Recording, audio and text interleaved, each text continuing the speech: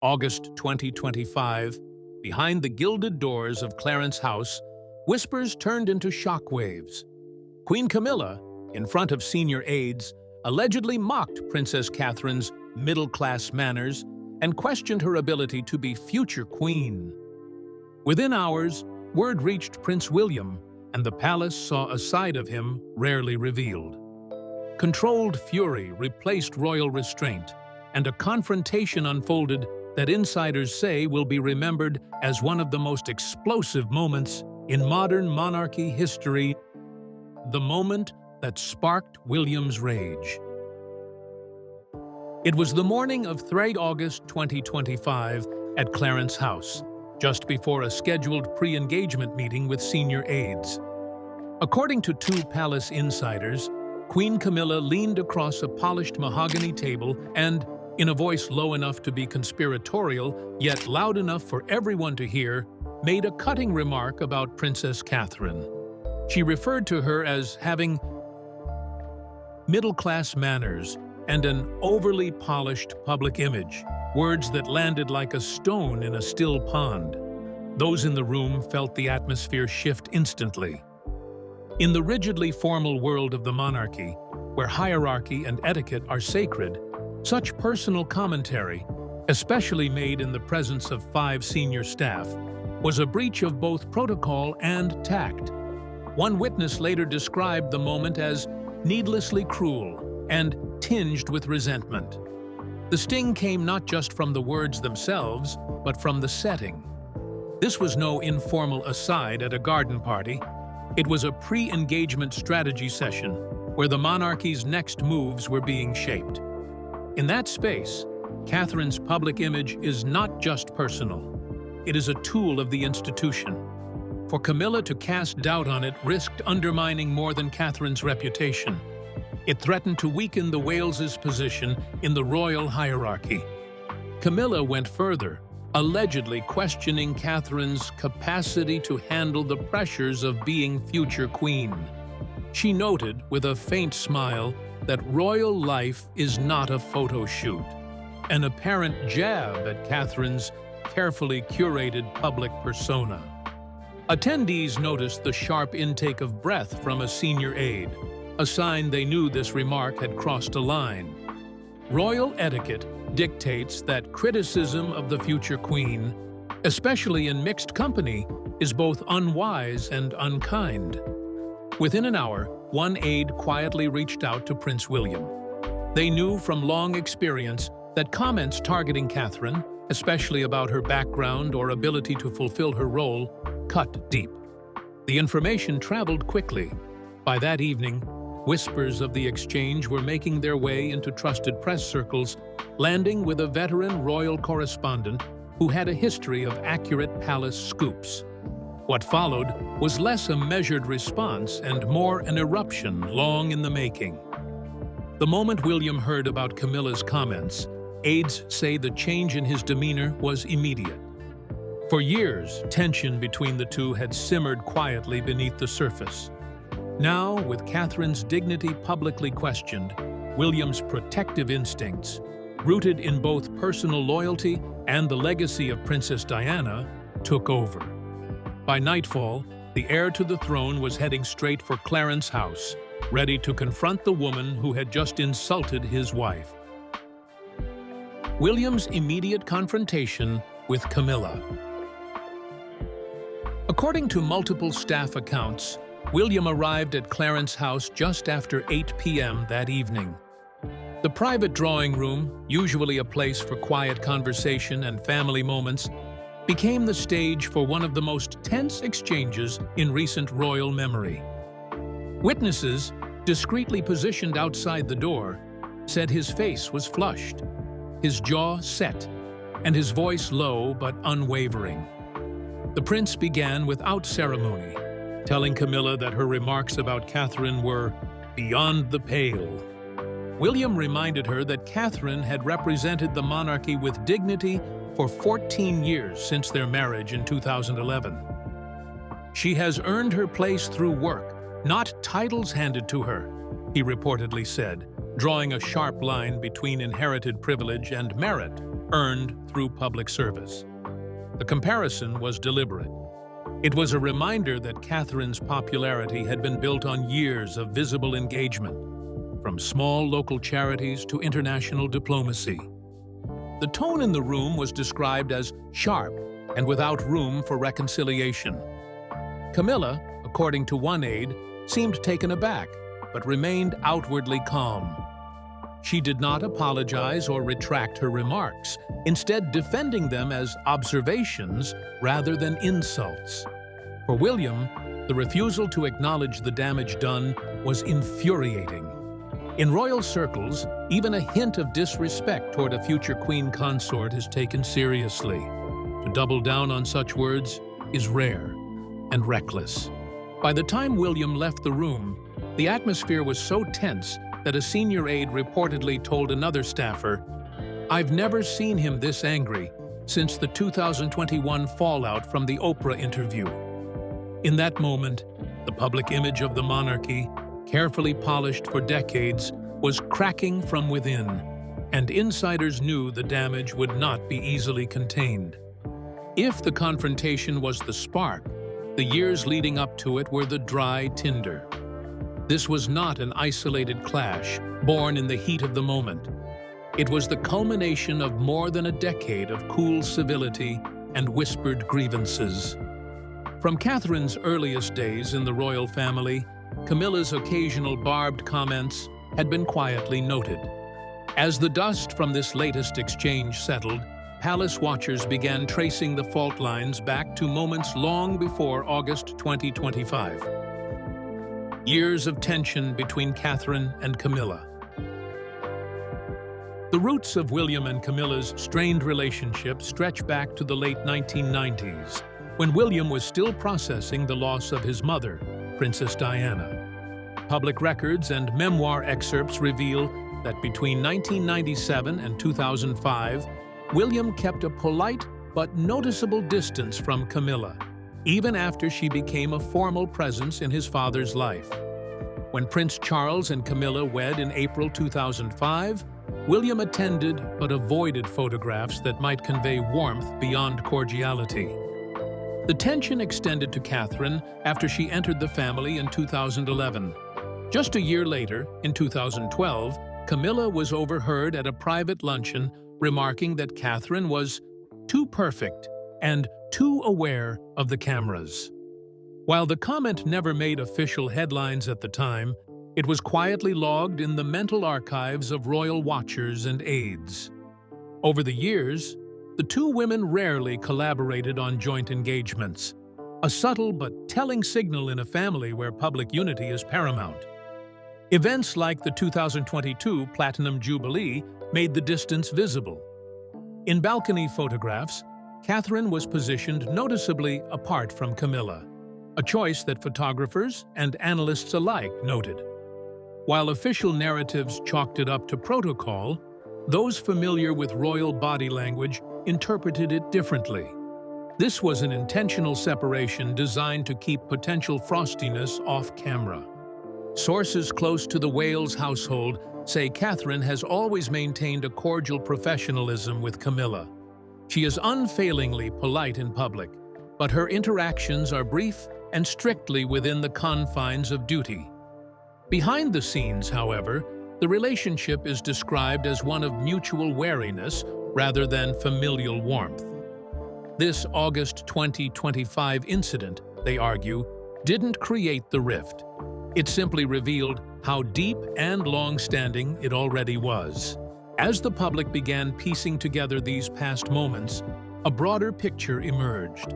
William's defense of Catherine was not only about a single insult, but about a pattern he'd quietly endured for years.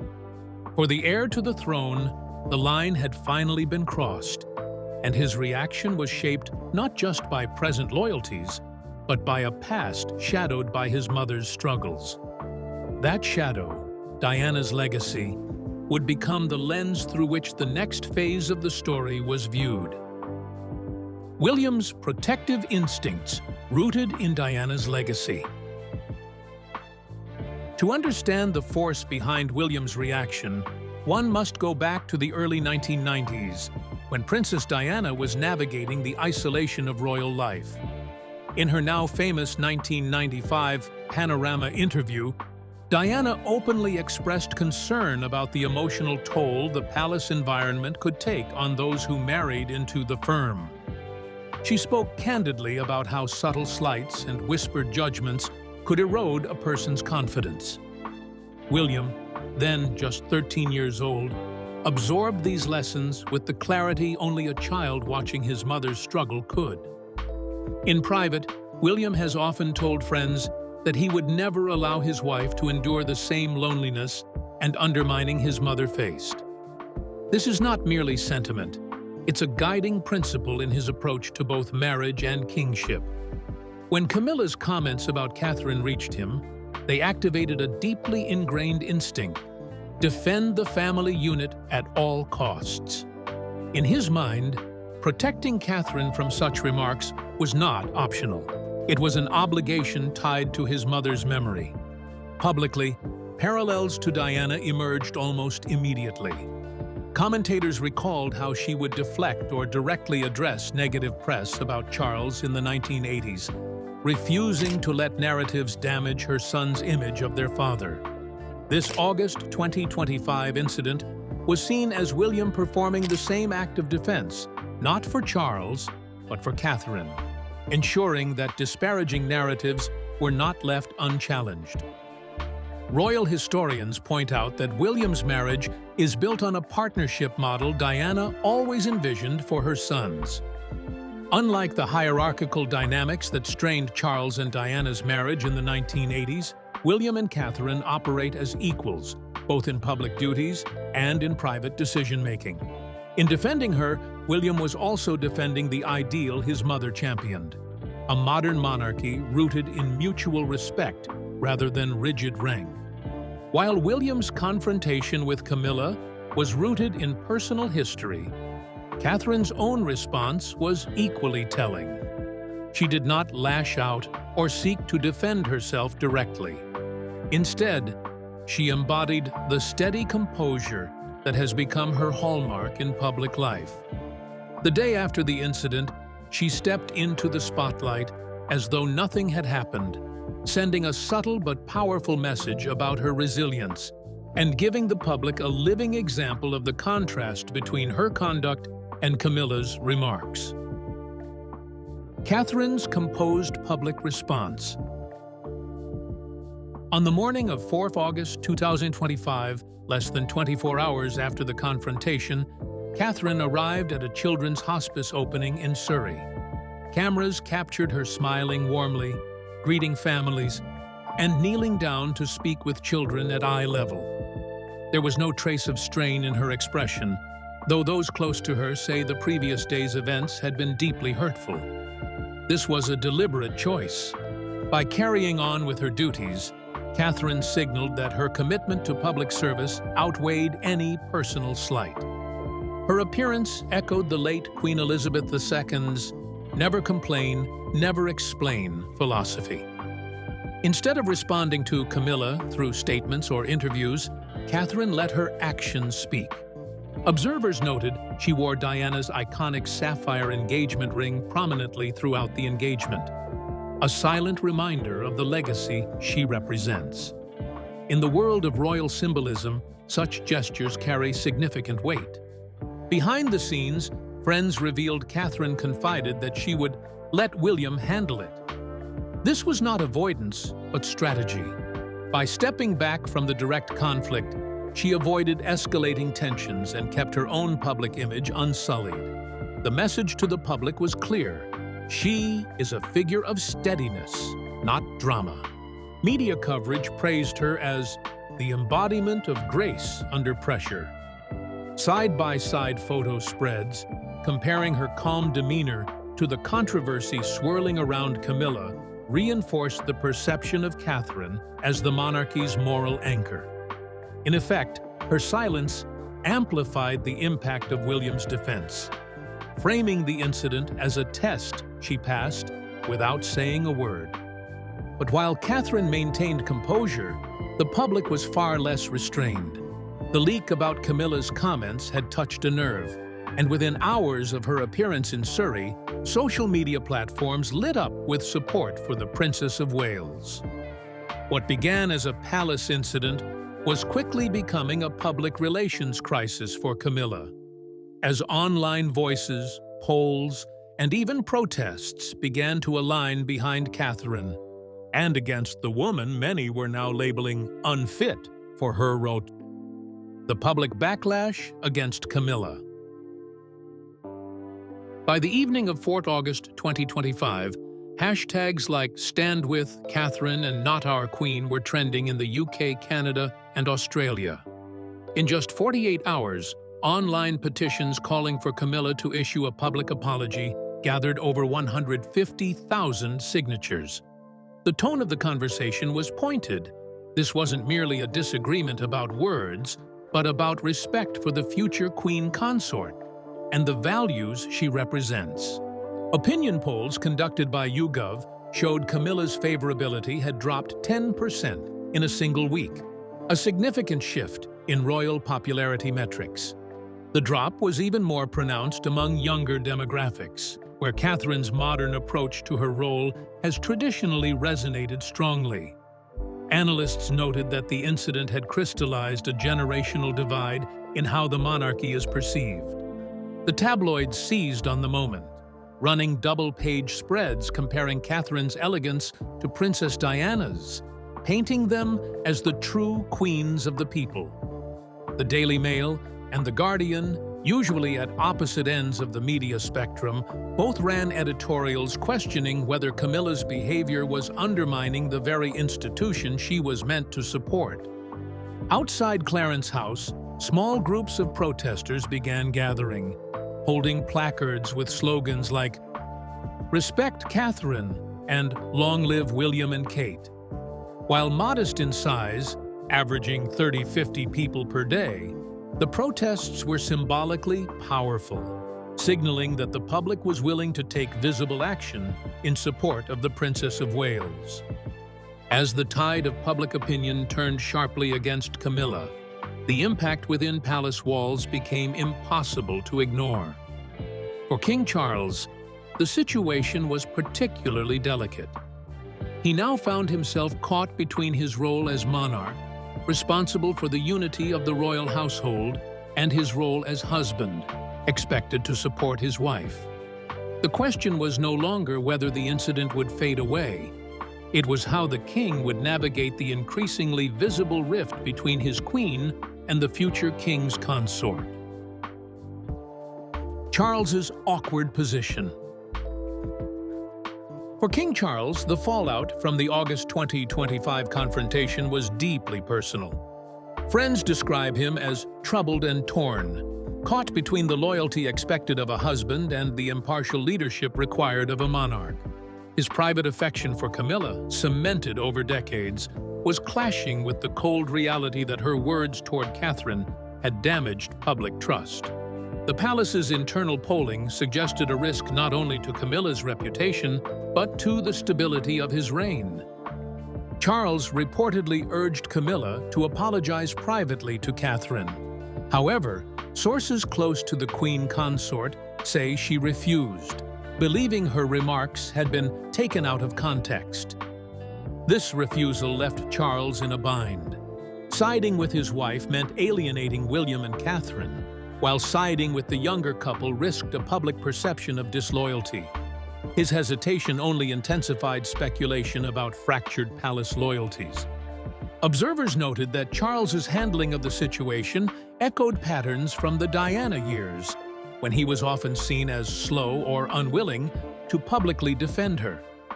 Those decades-old perceptions resurfaced in media commentary, drawing unflattering comparisons and suggesting he had learned little from past public relations crises. The BBC even ran a segment titled "A King Between Two Queens," analyzing his precarious position. Senior courtiers, aware of Charles's ongoing health concerns, feared the strain could further weaken his standing. His silence in public, coupled with limited appearances, created a leadership vacuum that William and Catherine seemed increasingly willing to fill. In the eyes of many royal watchers, this moment marked the beginning of a gradual shift in the monarchy's center of gravity toward the Waleses. While Charles grappled privately with the competing demands of his marriage and his role as monarch, the machinery of palace communications went into overdrive. Damage control became the order of the day, with senior aides crafting statements and scheduling carefully curated events to steer the narrative away from internal conflict. But as history has shown, managing a royal scandal is less about burying the story and more about controlling its shape, and this one was proving stubbornly resistant to control. Palace damage control.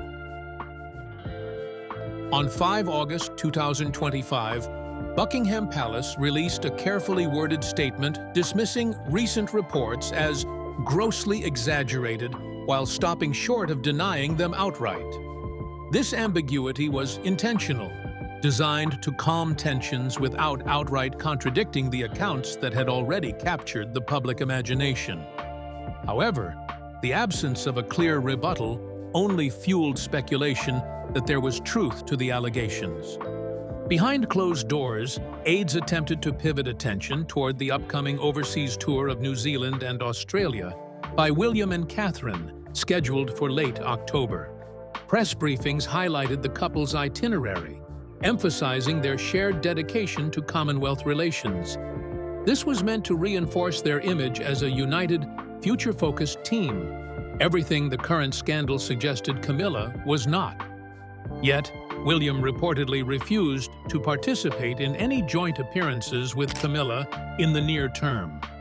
This presented logistical headaches for palace schedulers, who had to avoid situations where the two might be photographed together. The Daily Telegraph reported that at least 3 planned events were quietly canceled or restructured to accommodate this avoidance. Critics accused the palace of prioritizing Camilla's image over Catherine's dignity, noting the contrast between their swift defense of the Queen Consort and their silence on behalf of the Princess of Wales. Royal commentators warned that such selective protection risked alienating the public, especially in light of the strong generational support for William and Catherine. While the palace scrambled to contain the immediate damage, royal historians and commentators were already drawing parallels to past episodes of in-law conflict that had shaped, and sometimes scarred, the institution. These comparisons were more than historical curiosities. They offered a lens through which the public could understand the present moment, placing Camilla's reported behavior alongside some of the most notorious disputes in royal history. And in doing so, they highlighted just how rare and risky it was for such tensions to spill into public view. Historical parallels of royal in-law conflict. Royal historians quickly reached for their archives, noting that tensions between monarchs and their in-laws were nothing new. The most cited example was Queen Mary's chilly relationship with Wallis Simpson in the 1930s, which helped drive Edward VIII toward abdication. In that case, the royal family's refusal to fully accept Wallis had long-lasting effects on the monarchy's public perception. Other parallels emerged, including the frosty relationship between Princess Margaret and Anthony Armstrong Jones's aristocratic family in the 1960s. The Queen Mother's discreet sidelining of foreign-born Princess Marina was also recalled as an example of how palace hierarchies could quietly isolate those deemed outsiders. These stories resonated with the public, suggesting a pattern in which certain figures were systematically undermined. The difference, historians noted, was that such disputes were usually kept strictly private. What made the September 2025 incident unique and damaging was the speed with which details leaked, bypassing the palace's traditional ability to control the flow of information. In the age of social media, even the most carefully guarded secrets could be on the front page within hours. Experts argued that the Catherine-Camilla rift was the most public royal in-law feud since Sarah Ferguson's scandals in the 1990s.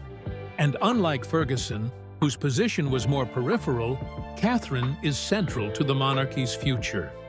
This elevated the stakes considerably, making resolution both more urgent and more complicated. The historical echoes only underscored the high stakes for the modern monarchy. With Catherine at the heart of public affection and William increasingly stepping into a leadership role, the handling of this rift would have implications far beyond family harmony. The question now looming over Buckingham Palace was whether this incident would fade into the background of royal gossip, or whether it would become a defining moment in the slow but visible transfer of power from the current king to the next generation. What this means for the monarchy's future. In the weeks following the August 2025 confrontation, public perception began to shift noticeably. William's willingness to defend Catherine, both privately and through deliberate scheduling in the public eye, cemented his image as a devoted husband and a future king attuned to modern expectations. For many Britons, this was the kind of moral clarity they wanted in a monarch. Catherine's calm, measured handling of the situation only enhanced her already high approval ratings. Polls conducted in late September showed a 74% favorability rating for the Princess of Wales, compared to 41% for Camilla. Commentators described Catherine as the monarchy's most valuable asset, a description rarely applied so unequivocally to any royal figure outside the sovereign. For Camilla, the incident represented a serious dent in her standing. Calls from some royal watchers for her to reduce public engagements grew louder, with petitions circulating online urging the king to reassess her role. While Charles was unlikely to make such a drastic move, the optics of her reduced presence were already taking shape. Analysts predict this event will be remembered as a turning point in palace power dynamics. It has accelerated William and Catherine's gradual assumption of central royal duties and made their leadership style more visible to the public. In the eyes of many, September 2025 was the month the balance of influence began shifting irreversibly toward the next generation of the monarchy. The Clarence House confrontation may have been a single evening in August 2025, but its echoes will be felt for years. Prince William's unwavering defense of Catherine reminded the public of his mother Diana's fierce protection of family dignity. Catherine's quiet resilience, paired with William's visible refusal to let the insult slide, has only strengthened their image as the monarchy's moral core. For Camilla, however, the fallout is proving harder to shake. Poll numbers slipping, public sentiment cooling, and her position within palace circles increasingly fragile. King Charles, caught in the middle, faces the delicate task of preserving unity while safeguarding the crown's reputation. Whether this rift quietly heals or cements a lasting divide, one truth remains. In the court of public opinion, William and Catherine have emerged as the true standard-bearers of the monarchy's future. And for Camilla, redemption may now be an uphill climb.